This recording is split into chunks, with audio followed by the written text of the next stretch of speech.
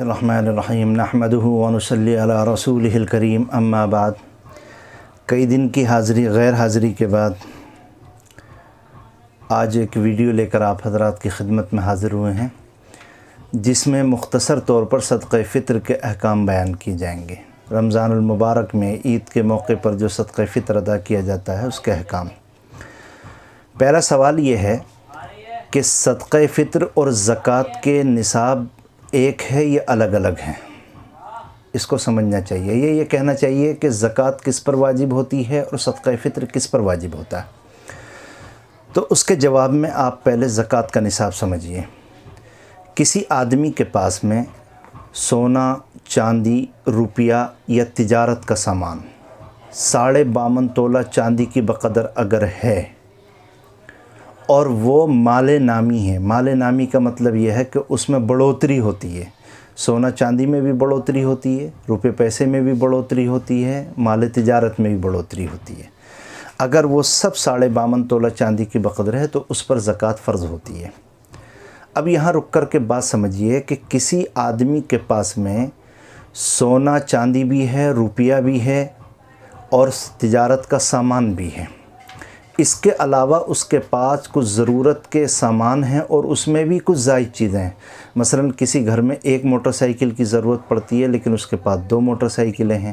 ایک آدمی کو ایک موبائل کی ضرورت پڑتی ہے لیکن اس کے پاس 20 ہزار کے 2 موبائل ہیں۔ یا کسی کے گھر میں قیمتی سامان، کھانے پینے کے برتن موجود ہیں، یا کسی کے پاس کئی لاکھ کے کپڑے موجود ہیں۔ تو اس صورت کے اندر صرف شریعت سونے چاندی اور اسی طرح روپیہ پیسہ اور تجارت کے سامان کا حساب لگاتی ہے۔ یہ ضروریات زندگی کی جو زائد چیزیں ہیں اس کا حساب زکوٰۃ میں نہیں لگتا۔ تو جو 52.5 تولہ چاندی کا جو نصاب ہے زکوٰۃ کا، وہی زکوٰۃ کا نصاب صدقہ فطر میں بھی ہے۔ یعنی جس آدمی کے پاس اتنا مال ہوگا اس پر زکوٰۃ بھی واجب ہوگی، صدقہ فطر بھی واجب ہوگا۔ لیکن مسئلے میں تھوڑا سا 2 اعتبار سے فرق ہے۔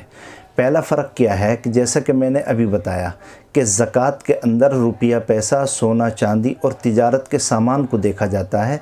گھر میں جو ضروریات سے زائد سامان ہے اس کا حساب نہیں لگایا جاتا۔ اس کو پھر دوسرے اعتبار سے سمجھو۔ ایک آدمی کے پاس میں کوئی روپیہ پیسہ نہیں، کوئی سونا چاندی نہیں، کوئی تجارت کا سامان نہیں، لیکن جو وہ کپڑے پہنتا ہے وہ کپڑے 52.5 تولہ چاندی کی رقم سے زیادہ کے ہیں، یا جو ایک موبائل سے زائد جو موبائل استعمال کرتا ہے اس کی قیمت اس سے زیادہ ہے، یا ایک گاڑی سے زیادہ جو دوسری گاڑیاں استعمال کرتا ہے اس کی قیمت زیادہ ہے۔ ان تمام سامان کی وجہ سے اس پر زکوٰۃ واجب نہیں ہوگی۔ لیکن صدقہ فطر میں ایسا ہے کہ ایک آدمی کے پاس سونا چاندی بھی نہیں ہے، روپیہ پیسہ بھی نہیں ہے، تجارت کا سامان بھی نہیں ہے، لیکن کپڑے 52.5 تولہ چاندی کی بقدر اس کے پاس موجود ہیں۔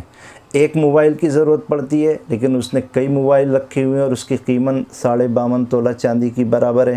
ایک گاڑی کی ضرورت پڑتی ہے، اس نے کئی گاڑیاں رکھی ہوئی ہیں اور اس کی قیمت 52.5 تولہ چاندی کی رقم کے برابر ہے، حالانکہ اس کے پاس سونا چاندی نہیں ہے، روپیہ پیسہ نہیں ہے، تجارت کا سامان نہیں ہے، تب بھی اس کے اوپر صدقہ فطر واجب ہوگا۔ ایک فرق تو دونوں کے درمیان میں یہ ہے۔ دوسرا فرق یہ ہے کہ زکوٰۃ واجب ہونے کے لیے نصاب کے اوپر 1 سال گزرنا ضروری ہے۔ مثلا فرض کیجئے کہ 1 جنوری کو آدمی یا 1 رمضان المبارک کو آدمی 52.5 تولہ چاندی کا مالک ہوا، اس کے اوپر زکوٰۃ 1 سال گزرنے کے بعد آئندہ 1 رمضان کو زکوٰۃ واجب ہوگی۔ لیکن صدقہ فطر میں ایسا نہیں ہے۔ رمضان میں عید کے موقع پر اگر کوئی آدمی 52.5 تولہ چاندی کی بقدر پیسے کا مالک ہوگا، اس پر سال گزرا ہو یا سال نہ گزرا ہو، اس کے اوپر زکوٰۃ فرض ہوگی۔ دوسرا سوال یہ ہے کہ آدمی کے اوپر اس کے گھر میں بیوی، بچوں میں بھی بالغ بچے، نابالغ بچے، ماں باپ، بہن بھائی، ان میں سے کس کس کا صدقہ فطر واجب ہوتا ہے؟ جواب: آدمی کا سب سے پہلے اپنی ذات کا صدقہ فطر واجب ہوتا ہے اور اپنی جو نابالغ اولاد ہے اس کا صدقہ فطر واجب ہوتا ہے۔ اپنا اور اپنی نابالغ اولاد کا صدقہ فطر واجب ہے۔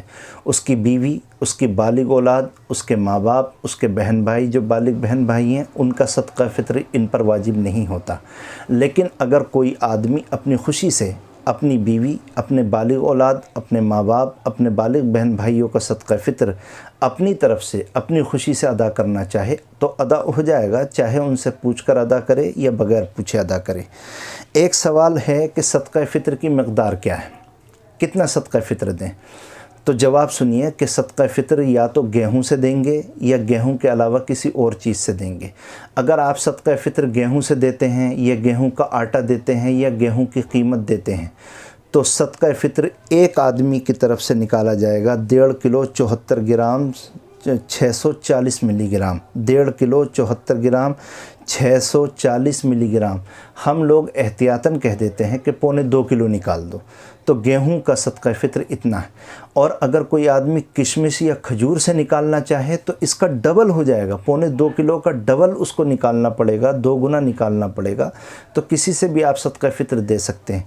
लेकिन एक मशवरा है कि जो लोग सरमाएदार हैं और मालदार हैं उनको चाहिए कि वो लोग किशमिश और खजूर से ही सदका फ़ितर निकालें, इसमें ज़्यादा सवाब मिलेगा और गुरबा को भी ज़्यादा फ़ायदा होगा।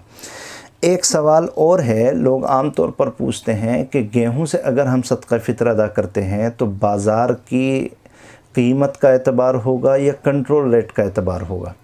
तो इस मसले में याद रखें कि गेहूं से अगर आप सदका फ़ितर निकालते हैं तो बाज़ार की कीमत के हिसाब से आप सदका फ़ितर देंगे, कंट्रोल रेट के हिसाब से सदका फ़ितर नहीं देंगे। एक सवाल और है, एक आदमी सऊदीया में रहता है लेकिन उसके बीवी बच्चे हिंदुस्तान में रहते हैं। वो अपनी बीवी को फ़ोन करता है कि मेरा भी सदका फ़ितर तुम हिंदुस्तान में ही अदा कर दो। अब सवाल ये पैदा होता है कि वो सऊदीया में जो गेहूं बिकता है उसके रेट के हिसाब से सदका फ़ितर निकालें या हिंदुस्तान के अंदर जो गेहूं की कीमत है उसके एतबार से निकालें। तो इसके जवाब में एक उसूल याद रखिए, जहाँ सदका फ़ितर आपको अदा करना है वहाँ की कीमत का एतबार होगा। आदमी सऊदी में रहता है लेकिन सदका फ़ितर हिंदुस्तान में अदा कर रहा है तो रेट जो लगेगा वो हिंदुस्तान का ही लगेगा, सऊदी अरब का रेट उसमें नहीं लगेगा। एक सवाल और है कि अगर कोई आदमी सदका फ़ितर में गेहूं देना चाहे, आटा देना चाहे या उसकी कीमत देना चाहे, या उसकी जगह अगर कोई आदमी किसी कपड़े ख़रीद ले और गरीबों को कपड़े देना चाहे या गरीबों को कुछ और उनकी ज़रूरियात का सामान देना चाहे तो जायज़ है या नहीं जायज़ है? जवाब, आप सदका फ़ितर में गेहूं भी गरीब को दे सकते हैं, आटा भी दे सकते हैं, उसकी कीमत भी दे सकते हैं, 1.25 किलो गेहूं की कीमत से चावल ख़रीद के भी दे सकते हैं, कपड़े ख़रीद कर भी दे सकते हैं, कोई और ज़रूरत की सामान भी दे सकते हैं, सब जायज़ है। सवाल, सदका फ़ितर का पहला मुस्तहिक कौन है? हम अपने शहर में दें, अपने महल्ले में दें या दूसरी जगह भेजें? तो उसका जवाब यह है, ज़कात या सदका फ़ितर अदा करने से पहले सबसे पहले आदमी को अपने करीबी रिश्तेदारों में और अपने पड़ोसियों में ज़रूरतमंदों को तलाश करना चाहिए। पहले अपने पड़ोसियों और रिश्तेदारों को में जब ज़रूरत पूरी हो जाए तो फिर शहर में और दूसरे ज़रूरतमंदों को देनी चाहिए। सबसे पहले पड़ोसियों और रिश्तेदारों का, बल्कि करीबी रिश्तेदारों का हक़ है और पड़ोसियों का हक़ है। एक सवाल और है जो सबसे अहम है और इस कोरोना वायरस के माहौल में उसकी अहमियत भी बढ़ जाती है कि सदका फ़ितर ईद की नमाज से पहले अदा करना बेहतर है या ईद की नमाज के बाद भी अदा कर सकते हैं?